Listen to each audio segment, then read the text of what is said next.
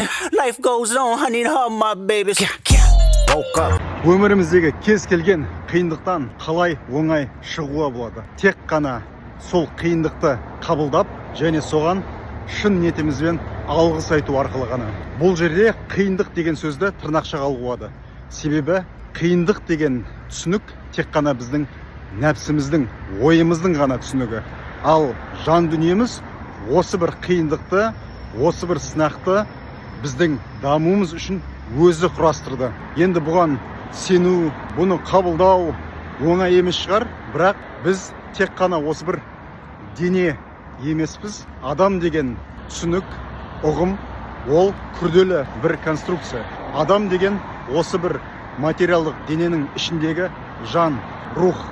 Біздің жанымызда, рухымызда қиындық, проблема деген түсінік болмайды. Қиындық, проблема деген түсінік тек қана осы 20 жыл, 30 жыл, 60 жыл өмір сүретін дене, яғни осы денені басқаратын нәпсі, ой, қиял деп аталатын компьютерде ғана болады. Сондықтан өзіңіздің өте күрделі, өте үлкен, шексіз бір жаратылыс екеніңізді біліңіз.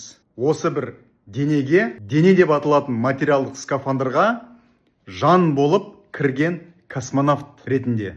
Бұның барлығы ойын. Сондықтан өмірге ойын ретінде жеңіл қарасаңыз, өміріңізді жеңілдетесіз. Ал өмір қиын, айнала проблема десеңіз, әрине өзіңіздің өміріңізді, яки ойыныңызды өзіңіз қиындатасыз. Сондықтан өміріңізде кез келген жағдай болмасын, біріншіден қабылдаңыз, күреспеңіз.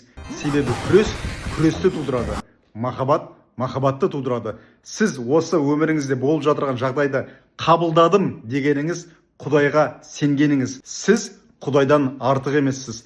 Құдай сіздің жаныңыз, рухыңыз бұл жағдайдың шешімін сізден артық біледі. Бұл жағдай сіздің өміріңізге тектен тек келген жоқ. Сізді ешкім жазалап жатқан жоқ. Бұл жағдай сізді келесі бір жаңа, бақыттырақ деңгейге жеткізудің бір тәсілі, соған әкелетін бір себеп. Сондықтан осы бір мәселені дұрыстап бір зерттесеңіз, осыған бір содан кейін екінші қадам алғысыңызды білдірсеңіз, яғни Құдай мені бір керемет бір деңгейге жетелеп жатыр. Ал осыны көрмей жатырғаным, басымды жарға ұрып жатырғаным менің өзіммін деп өзіңізбен кішкене бір сөйлессеңіз, ең керемет психолог міне сіз өзіңізге өзіңізсіз.